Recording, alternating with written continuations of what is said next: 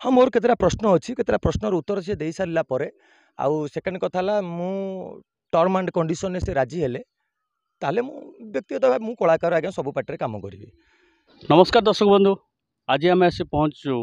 गौरीगण्डाटे आखड़ाशाल ए वर्ष 2024-25 नुआ यात्रा ऋतु और नुआ किछि उद्दीपना आरंभ करिब ए वर्षर प्रथम नाटक एवं आज आखड़ा पूजा केमिति थिला आ आखड़ा से आखड़ा पूजार आम भेटिलु डेविल किंग खलनायक सत्यजित पंडा को तांको विषय किसी पचारि बुझा गत थरी से कौटी थे ये केमिति आसिले से अनुष्ठान केमिति थिला से अनुष्ठान बाबद में किसी कहे ए अनुष्ठान बाबद में किसी कहे चलतु सत्यजित बाबू को भेटा। भाई आपन को आम चैनल तरफ स्वागत जनाऊँ। नमस्कार ओडिशार गणित दर्शक मान को मोर भूमिष्ठ प्रणाम। सत्य बाबू आपण परिचय दवा पड़े कहीं पुरपल्ली गाँ गहली समस्ते आपन को छोट पिलाठू बड़ पिला पर्यंत बड़ बुढ़ा बुढ़ी पर्यंत समस्ते आपको आम जहाँ जाचु 4-5 वर्ष भितर जानी सारे तथापि किछिटा आपन टिके परिचय दिंतु आउ जो यंग मास पिला रहिले जानी ना से माने किछि जानिबे से विषय टिके आपनकर इंट्रोडक्शन टिके दिंतु। मो सत्यजित पंडा यात्रा जगत रे भिलियन भावे काम करुच्ची खलनायक भावे ए वर्ष 2024-25 मु यात्रा मोड़मणि गौरी गणनाट्य काम करी बोली चुक्तिबद्ध होइछि। सत्य बाबू आपण जीवा टिके पछकु जीवा गत सीजन आपन थे ओम श्री बाघाज्योति गणनाट्य लोकनाट्य तो से परिवेश केमी थिला से प्रयोजक थिले केमिति सेटार नाटक केमी थिला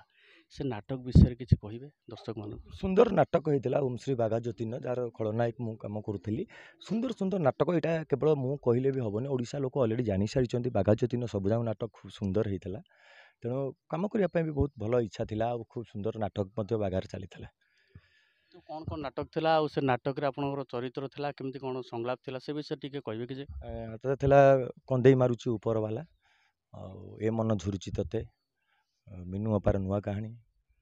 जीवन भासुची आखिलुरे खूब सुंदर नाटक 4टा नाटक खूब सुंदर नाटक थिला ओडिशा तो परिपूल लोक पान पड़ी नाटक। तथापि किसी जाना चाहिए से 4 खंड 5 खंड नाटक ना कहले सबुठू कौ नाटक आपन को आत्मसंतोष देइतिला सारा ओडिशा रे परिचय देइतिला डेविल किंग विषय सेटा होची कंदेई मारुची ऊपर वाला जा राइटर होउछंदी निरंजन महांती आ डायरेक्टर होउछंदी शिव प्रसाद स्वाई मो गुरु मते जे यात्रा पार्टी के आनिथिले आ खूब सुंदर नाटक आ से नाटक रे गोटे एमिति गोटे गोटे सीन रखा जाइतिला डायरेक्टर सर करथिले शिव सर गोटे आकस्मिक सीन सब जोटा कि लोक मान हृदय को एकाथरे छुईबो सेति पई नाटक आज हिट से नाटक आउ से नाटक किसी डायलॉग तो आप निश्चय मन थी कहीं रिसेंट जाइए तो से किसी से डायलॉग दीपद किसी कहे माने से नाटक तो कौन मानिया मोर नाला कि दिन आई सब कैजुआली पैटर्न थिला आउ संपूर्ण घरे नाटक जे घरे आम जमी कथा हो से टाइप नाटक बढ़िया डायलॉग थिला माने तुम पोखरी देखिछ पोखरी धरा होता तटका माछरे जो टेस्ट थाए आक्वारियम भीतर थिबा से रंगीन माछरे से टेस्ट न थाए नहीं माने माने मु कहवा कथा जे भुवनेश्वर थिबा मेट्रो सिटी नेता मंत्री चाकरी आप मान गोटे अलग प्रकार सोसाइटी अच्छी से राति जिते बड़े डिस्को नाइट रे लंगड़ा डांसटा से जमे जा जा जा ढेलाई रूम रे आराम से शोई पड़ो जा। पंडा बाबू गला सी तो गला गत वर्षर बाघाज्योति आ गोटे कथा पचार से पार्टी आपड़ कहीं छाड़िले भावुली आपन को आम पचारूँ से पार्टी रे बोली तो आपणकर इच्छा भी निश्चय थिला तो से पार्टी कहीं से अनुष्ठान छाड़िले किसी असुविधा है कि देखु प्रथम कथा है मु तो जे जड़े कलाकार क्या दोष दे पारि व्यक्तिगत दोष संपूर्ण कह गले मोर मु भावी मोर दोष बोली कारण मोर मु भी निजे डिक्लारेसन देइथली जे मु ओम श्री बाघाज्योति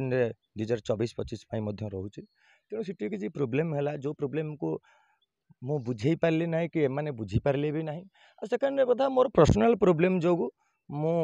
सांगे सांगे पार्टी चेंज करछि जो जे मते पार्टी ऑफर थिला तेणु मु सबू ऑफर को काटिकी मु ओम श्री बाघाज्योति ने रही बोली मु माइंड सेटअप करथिली जेतेबेले मोर पर्सनल किसी प्रोब्लेम है मु तो क्या दोष दे पारि ना मालिक ना मैनेजर ना क्या तो दोष दे पारि तेणु मु मोर व्यक्तिगत प्रोब्लेम लगी मो बाघाज्योति लोकनाट्य छाड़ुची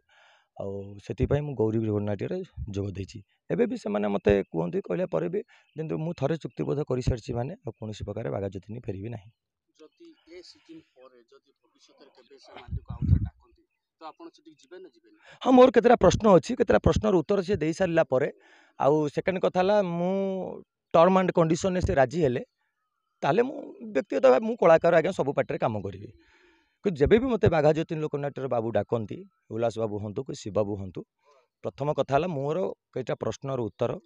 ଆଉ ମୋ ଟର୍ମ ଆଣ୍ଡ କଣ୍ଡିସନ ସେମାନେ ରାଜି ହେଲେ ଚୁକ୍ତିବଦ୍ଧ ମୁଁ କରିବି ସେମିତି କିଛି ନାହିଁ କଳାକାର ଯୁଆଡ଼େ ଗଲେ ବି ଆମେ କାମ କରିବୁ ସେଇଟା ବଡ଼ କଥା ନୁହଁ ବଡ଼ କଥା ହେଉଛି ଯେ କିଛି କଥା ମୋର କହିବାର ଅଛି ସେତିକି ବାସ୍। ଗୌରୀ ଗଣନାଟ୍ୟ ଏ ବର୍ଷର କ'ଣ ନାଟକ କରୁଛି?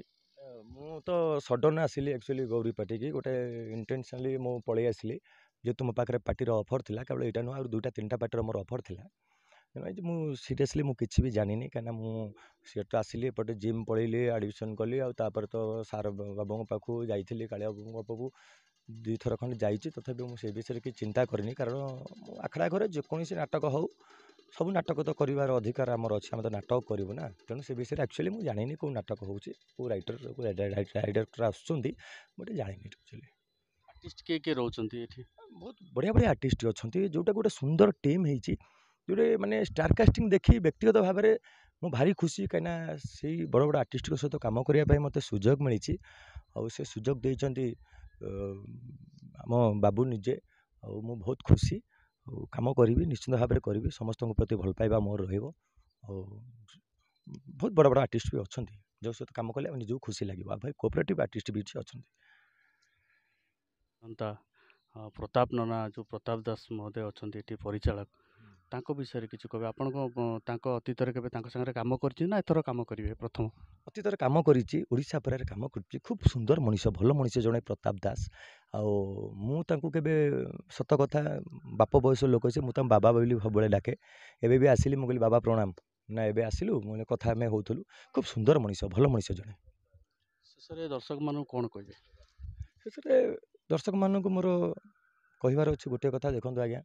ନାଟକ ସବୁ ପାର୍ଟିର ନାଟକ ଆପଣମାନେ ଦେଖନ୍ତୁ ଉପଭୋଗ କରନ୍ତୁ ନାଟକ ସମ୍ପୂର୍ଣ୍ଣ ସମସ୍ତଙ୍କର ଭଲ କିଛି ଶିକ୍ଷଣୀୟ ସମାଜ ପ୍ରତି କିଛି ଶିକ୍ଷଣୀୟ ଜିନିଷ ଅଛି ଆଉ ଆପଣମାନେ ନିଶ୍ଚିନ୍ତ ଭାବରେ ନାଟକ ଦେଖନ୍ତୁ ନାଟକକୁ ଉପଭୋଗ କରନ୍ତୁ ଏବଂ ରେଜଲ୍ଟ ଆପଣଙ୍କ ପାଖରେ ତାଳି ଆପଣଙ୍କ ପାଖରେ ଗାଳି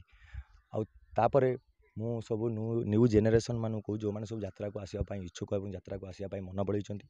ଯାତ୍ରା ଅନୁଷ୍ଠାନ ଖରାପ ଅନୁଷ୍ଠାନ ନୁହଁ ଆପଣମାନେ ଆସନ୍ତୁ କର୍ମ କରନ୍ତୁ ଏବଂ କର୍ମର ଫଳ ନେଇକି ଆପଣ ଯାଆନ୍ତୁ ଆଉ ଯେକୌଣସି ଏରେ ଷ୍ଟ୍ରଗଲ୍ ଲାଇଫ୍ ତ ଲାଇଫ୍ରେ ସମସ୍ତଙ୍କର ଅଛି ଷ୍ଟ୍ରଗଲ୍ କରିବା ଶିଖନ୍ତୁ ବାସ୍ ରହିଲି ନମସ୍କାର ଜୟ ଜଗନ୍ନାଥ।